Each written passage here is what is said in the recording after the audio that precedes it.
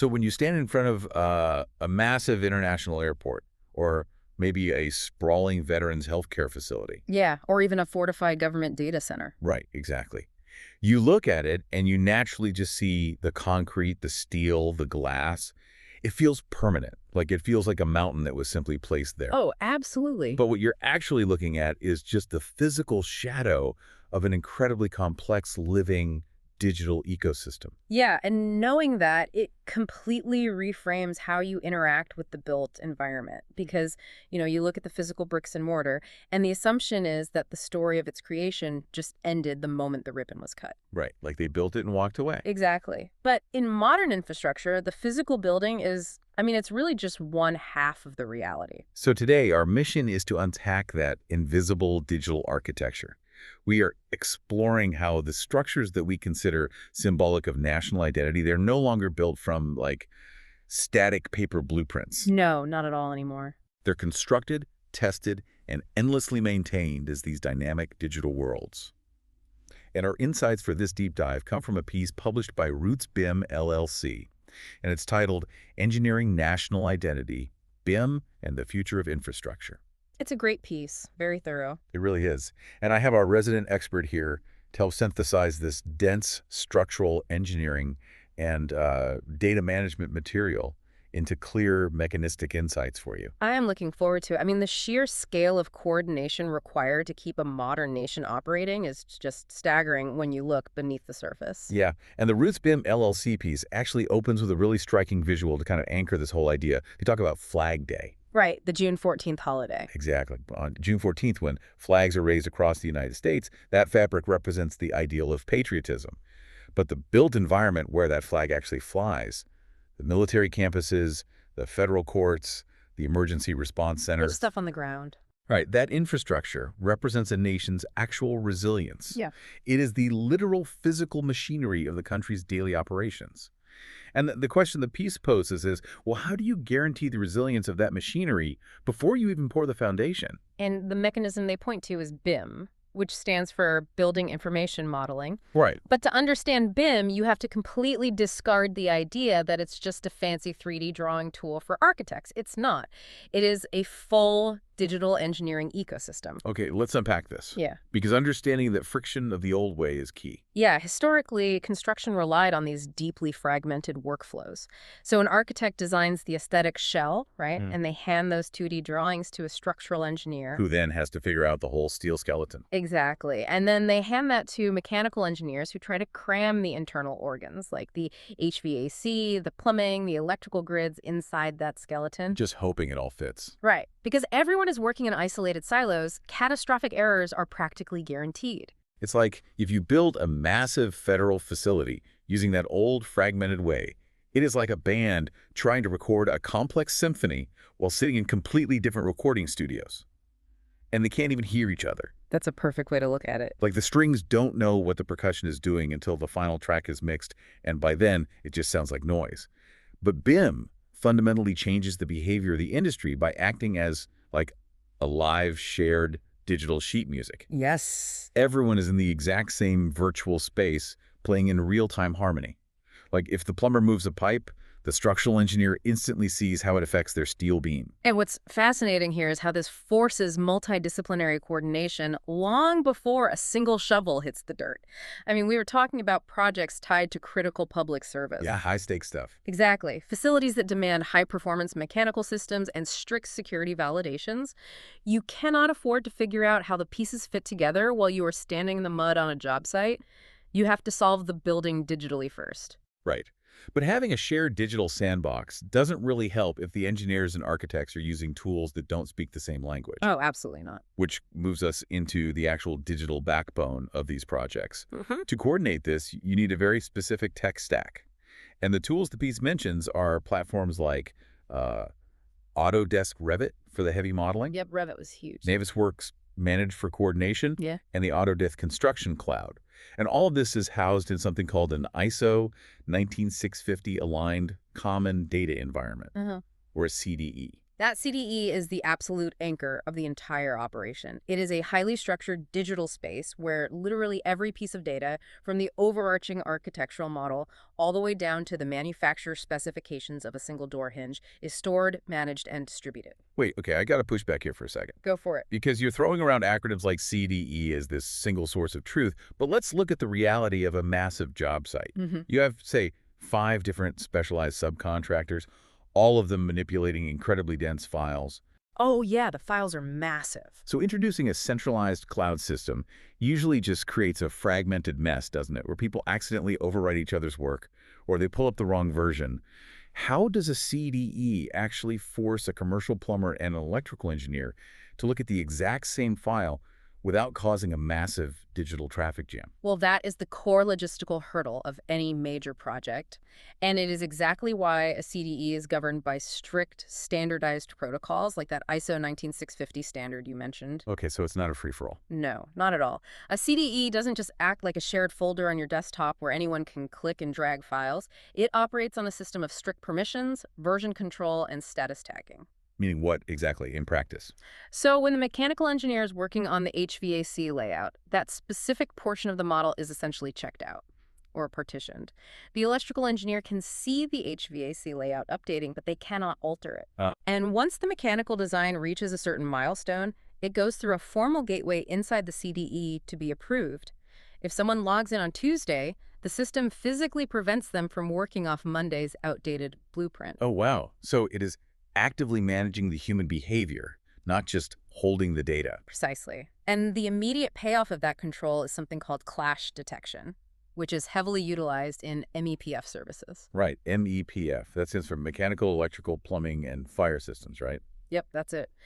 And in a hospital or a data center, the space hidden above the ceiling tiles is just this incredibly dense, chaotic network of ductwork, high-voltage cables, and high-pressure fire sprinkler pipes. So it's like autocorrect for physical architecture. Basically. Like, instead of waiting to realize that a massive air conditioning duct and a steel load-bearing column are trying to occupy the exact same physical space on the job site, which would be a disaster, the Navisworks software cross-references all those MEPF models. Exactly. It redlines the physical impossibility in the 3D space. It literally pops up an alert saying, hey, pipe A is intersecting beam B, forcing you to reroute the plumbing before you have even ordered the raw materials. And if you consider the alternative, the value of that is astronomical. I mean, discovering a major clash in the field means halting construction entirely. Just hitting pause on everything. Right. It means bringing in engineers to redesign the system on the fly, ordering new custom fabricated parts, and paying crews to literally just stand around waiting. Which is incredibly expensive. Oh, massively. By digitally coordinating the architecture and the fabrication data inside these platforms, you are solving conflicts with a mouse click today, rather than with a blowtorch and $100,000 in delays tomorrow. Here's where it gets really interesting, though, because the evolution of these models goes way beyond just spatial geometry and, avoiding physical crashes. It does. The Roots BIM piece breaks down the dimensions of BIM. Most of it is naturally graphed 3D. That is the coordinated modeling we just discussed, getting the shape, the volume, the layout correct. The physical space. Right. But then you introduce 4D and 5D BIM, which turns this from a static digital replica into a living simulation. Yeah, the jump from 3D to 4D is where you introduce the element of time. You take that perfectly coordinated 3D model and you attach the entire construction schedule to it. Step by step, component by component. Wait, really? So you can literally hit play and watch the building assemble itself on the screen over an accelerated timeline? Yes, exactly. You see the foundation pour, then the steel rise, then the enclosure go up, exactly as it is scheduled to happen in the real world. That's wild. It is. And 5D takes it a step further by integrating cost. Every single digital beam, every pane of glass, every linear foot of copper wire has real-time pricing data and labor costs attached to it. It is essentially like building a time-traveling accountant directly into the blueprint. That's a brilliant way to put it. You don't just see the building. You can scrub forward to, say, day 140 of the project and see exactly what the structure should look like on that specific Tuesday and exactly how much capital should have been burned to get there. And this raises an important question, right? Like, what is the ultimate strategic advantage of layering time and cost over the geometry? Right. Why go through all that effort? The answer is predictive control. You are no longer reacting to supply chain shocks or budget overruns. You are simulating them. Oh, I see. Yeah, if a project manager learns that a shipment of specialized structural steel is going to be delayed by 3 weeks, they don't just guess at the impact. They plug that delay into the 4D schedule, and the model instantly recalculates how that ripple effect alters the workflow of the concrete crews, the electricians, and ultimately the 5D budget. So you understand the financial and temporal reality of the asset comprehensively before it even happens. But what happens when you aren't building from scratch? Because the infrastructure of a nation isn't just new builds. It is heavily reliant on updating existing, sometimes really historic structures. Oh, for sure. And the piece mentions reality capture and scan-to-BIM workflows. I want to drill into the mechanics of this because, honestly, it sounds like science fiction. You are essentially bridging the physical and the digital in reverse. You are. And it is a vital workflow for modernization. Because let's say you need to retrofit a 50-year-old transit hub with modern ventilation and security systems. Okay. The original paper blueprints are either lost, entirely inaccurate due to decades of undocumented renovations, or both. You cannot build a new 3D system based on bad 2D data. So you bring in reality capture, which is where teams use stationary LiDAR scanners or even drones flying through the corridors, right? So the scanner spins, and it's shooting millions of laser pulses out into the physical room. Every time a laser hits a surface, like a wall, a pipe, a structural column, it measures the exact time it takes for the light to bounce back, which calculates the precise distance. Yeah. And it does this millions of times a second to create what is called a point cloud. Exactly. A point cloud is a millimeter-accurate 3D digital ghost of the physical space made entirely of tiny data points. Wow. But, and this is crucial, a point cloud on its own is just a highly accurate 3D photograph. It doesn't possess intelligence. It's just dots. Right. So the scan-to-BIM process is what happens next. Engineers take that point cloud and use specialized software to trace over it, converting those dumb clusters of laser points into intelligent BIM objects. Okay, I follow. The software categorizes a specific cylinder of dots, not just as a shape, but it labels it as, say, a 12-inch cast iron water main. So you're literally extracting manipulatable, intelligent structural data out of thin air to build your digital sandbox. That allows you to design your brand new, state-of-the-art HVAC system around the exact, real-world sagging of a 50-year-old roof beam, ensuring everything fits perfectly before demolition even starts. Right. It completely eliminates the massive risks associated with blindly opening up walls in legacy infrastructure. But this level of predictive control and millimeter accuracy, it isn't merely for surviving the construction phase. There's more? Oh, yeah. The core thesis regarding national resilience heavily focuses on what happens after the contractor hands over the keys. So what does this all mean for the next 50 years of that building's life? Because we are talking about veteran healthcare facilities and emergency response centers.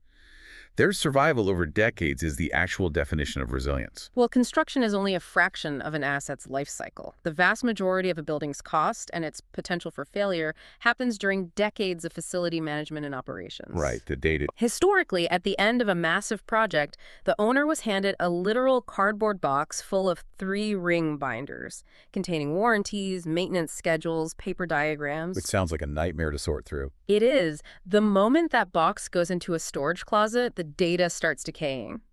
When a critical pump fails in a hospital 10 years later, the maintenance team is scrambling through dusty binders, or they're blindly swinging sledgehammers into drywall just to locate shut-off valves. Yikes. And the piece explicitly mentions that BIM solves this through digital twins and COBie-based asset data management. Yes. Let's break down COBie. Because it sounds incredibly dense, but its function is revolutionary.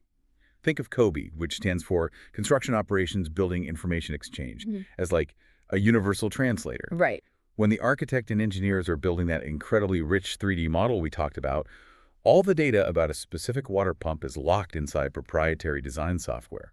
The facility manager running the building 10 years later doesn't know how to use complex architectural software, nor should they have to. Exactly. If we connect this to the bigger picture, the goal is getting the right data to the right person. Makes sense. So COBie extracts just the vital operational statistics of that water pump from the 3D model, the manufacturer, the serial number, the warranty expiration, the exact spatial coordinates. And it translates it into a highly structured, standardized spreadsheet format. Oh, it's clever. Yeah. That spreadsheet is then fed directly into the hospital's everyday maintenance software. So you are stripping away the complex 3D geometry that the architect needed and delivering pure, actionable lifecycle asset intelligence to the people keeping the building alive. Precisely. And when you pair that data with the 3D model, you get a digital twin. A digital twin. Yeah, digital twin is a living virtual replica of the physical facility. In a modern mission-critical facility, if an automated sensor detects a drop in pressure in a specific HVAC line, it flags it directly on the digital twin. Yeah. The facility manager pulls up the digital model, looks through the virtual walls, and sees exactly where the failing valve is located. They click on it, and thanks to that COBE data, they instantly see the part number and the maintenance history. So they don't even have to guess. Never. They walk to the exact ceiling tile with the correct replacement part already in hand. It is the end of guest-based maintenance. It is literally like the building comes with its own perfectly cataloged, searchable nervous system. It really is. And when you extrapolate that across an entire portfolio of federal buildings or, a nationwide transit system, you can see why Roots BIM insists that this is no longer optional technology. For mission-critical projects, a digital twin is a strategic requirement for operational continuity. Absolutely. Like if a data center supporting federal operations goes down, you don't have time to look for blueprints in a cardboard box. Yeah. Resilience is engineered directly into the facility's digital DNA. It is a remarkable evolution. I mean, we have moved from constructing static, permanent objects to engineering dynamic intelligence systems. A building is no longer just a shelter. It is an active participant in its own survival. It fundamentally changes how you view the built world around you. We started this journey looking at a flag on a pole, and we unpacked the incredibly dense, coordinated digital intelligence required to build the actual engine of the nation beneath it. The era of the isolated blueprint and the reactive maintenance crew is just over. Well and truly over. Behind every modern infrastructure project is a digital ecosystem ensuring its success. So true. As we wrap up this deep dive, I want to leave you with a final thought to mull over, building on this idea of the digital twin. If every new national monument, every civic building, and every critical transit hub is now born as a living digital entity, full of intricate COBE data, 5D cost structures, and real-time performance metrics, what happens to the future of architectural preservation? Oh, that's a fascinating thought. Right? Like, will preserving a historic American monument a century from now mean carefully repointing its physical bricks and polishing its physical brass? Or will true preservation require endlessly updating, migrating, and maintaining its digital ghost on a server just to ensure the physical building doesn't become utterly unreadable to the maintenance systems of future generations? Wow. When the lifeblood of modern architecture is entirely digital data, maybe the shadow is what we really need to protect. Thanks for joining us, and we'll catch you on the next deep dive.